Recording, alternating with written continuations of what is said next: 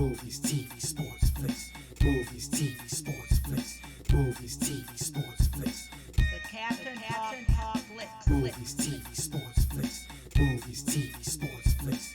Movies, TV, sports, flicks. The Captain Talk Flicks.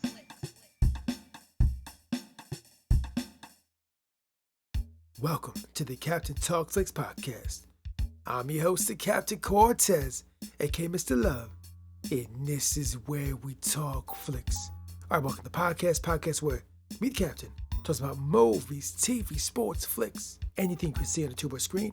I like to get in and give my unique perspective, because after 46 years of being on planet Earth, I've developed a unique perspective about these movies, TV, sports, and flicks, and I like to get in and tell you about it, because just maybe you care.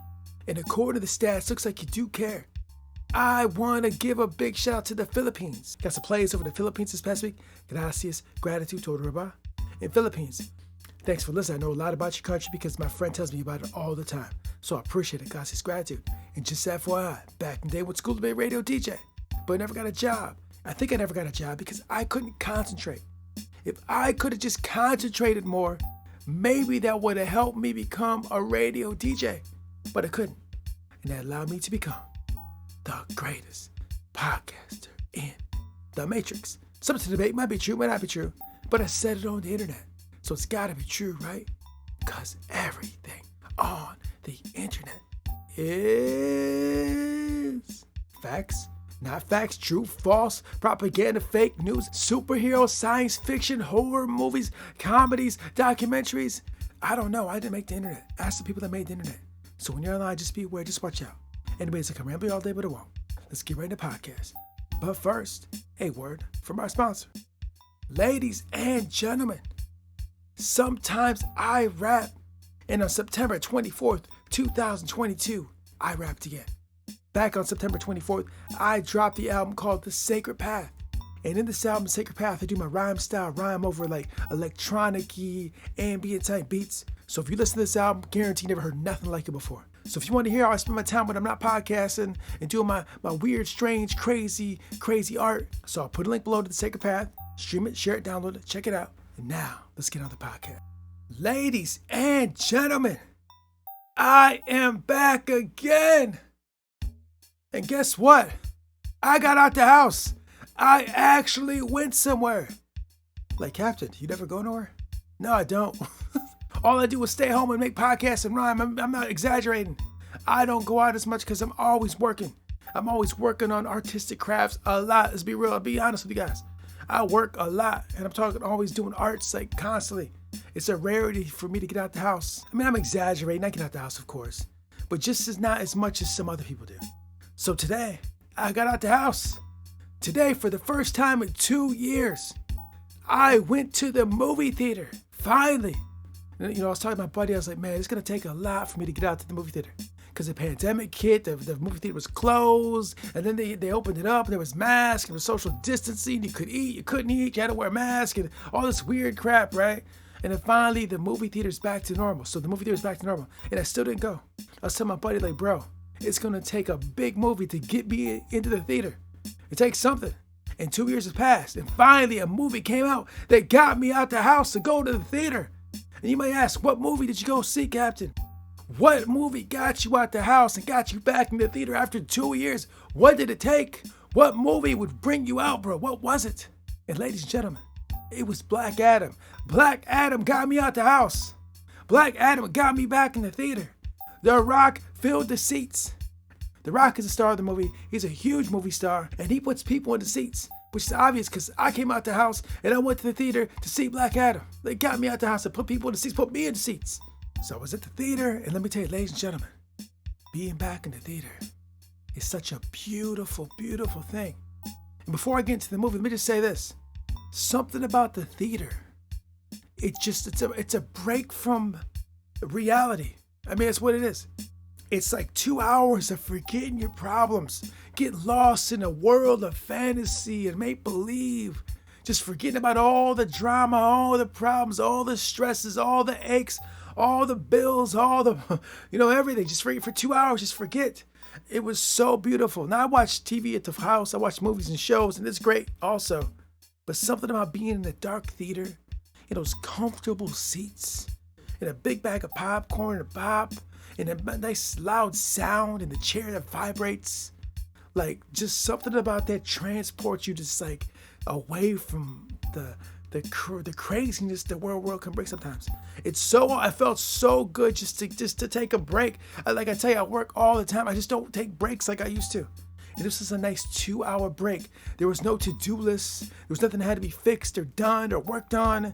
There was no learning. There was no leveling up my mind. It was just taking a break and watching a fun, action-packed movie. Yeah, it was great. So anyways, ladies and gentlemen, I'm going to get into the movie. But first, let you know, there probably will be spoilers. I'm just going to talk about it. Most likely there'll be spoilers. So if you don't want any spoilers, don't listen any further. So now I'm going to get into Black Adam. All right, Black Adam. Let me say this. The critics don't know what you're talking about. Straight up, I'm going to say the critics don't know. Like, I try to dodge the critics, but when I was on social media over the weekend, the last couple days, I couldn't help but see these posts of people like just trashing it, getting very low scores. Like low scores. I didn't read the full article because I'm trying to avoid it, but I caught the headline. A lot of these so-called experts with opinions are telling you it's not that great. It's not whatever. I didn't go to the article to see how they said it was not great. But there was a lot of low scores and a lot of hate from the critics. And you know me, I don't care what the critic says. I'm not concerned with someone else's opinion about anything. It doesn't matter if it's music. It doesn't matter if it's movies, TV shows. It doesn't matter if it's cars. It doesn't matter if it's chairs. It doesn't matter if it's clothes. I don't care what nobody else is saying. It does not matter. Their opinions are irrelevant, bro. I don't care what the critics think. I'm not concerned. Let me experience it myself and let me find out for myself, is this cool or not? Right? No matter whether it's music, food, whatever.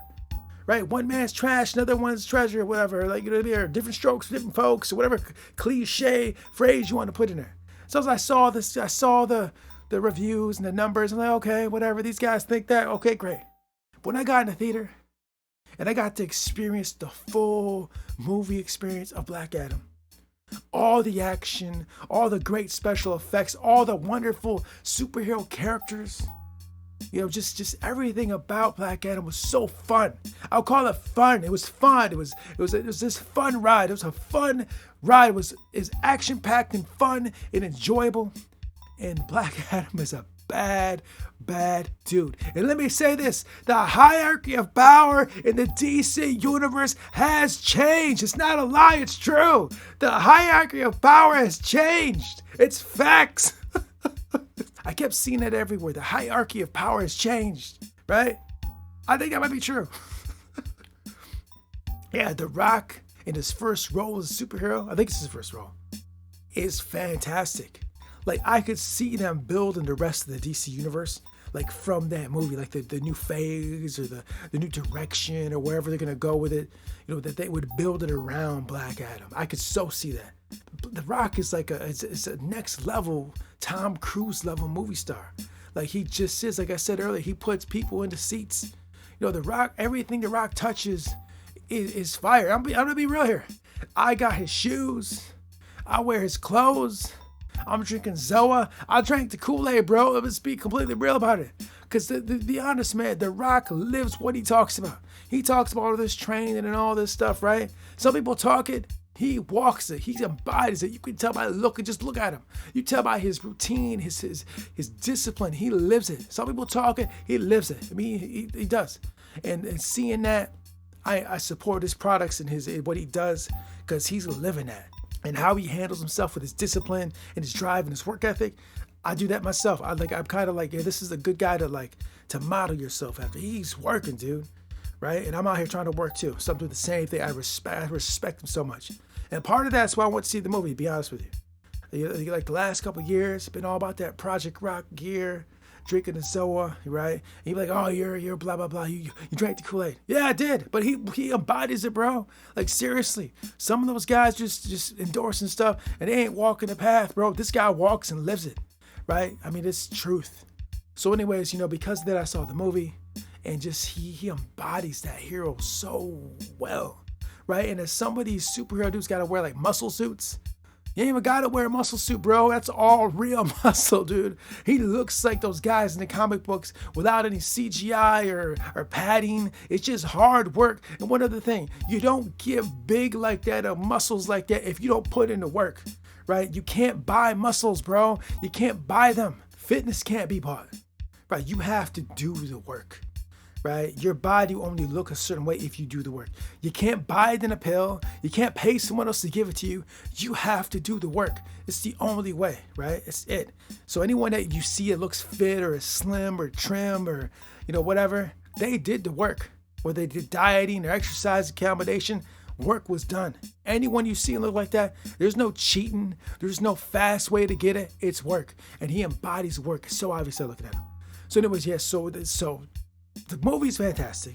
One thing I kind of want to dive into is that Black Adam is basically kind of like Superman, but almost like a darker version of Superman. Superman's like that Boy Scout, the goody two-shoe Boy Scout. And Black Adam's that dark, kind of like a darker Superman a little bit, right?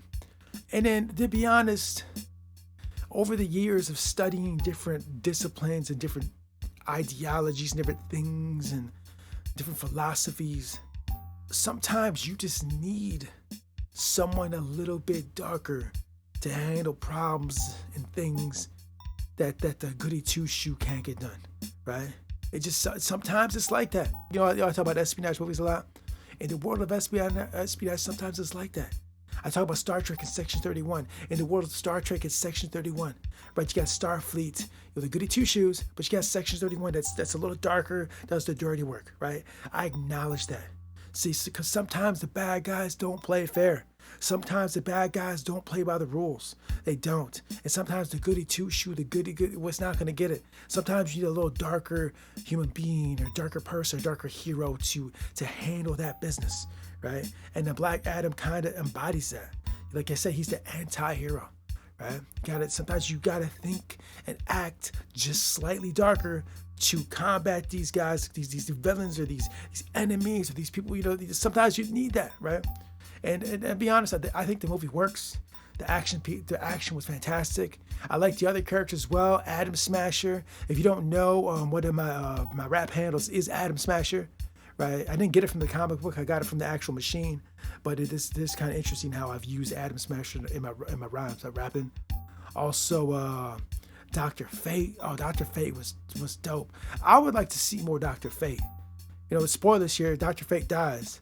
But I think Dr. Fate would be a very interesting character to see more of, right? And maybe they will. I mean, I know he died in the movie, but you know how this goes. You can bring it back or whatever.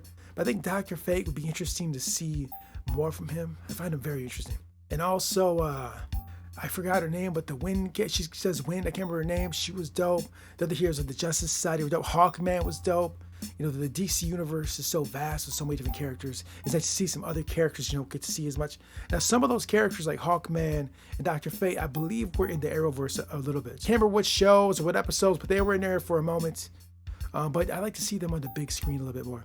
So I don't know. So who knows where this DC universe is going to go? To be completely honest with you guys, I was kind of losing interest in superheroes in general. It doesn't matter which company.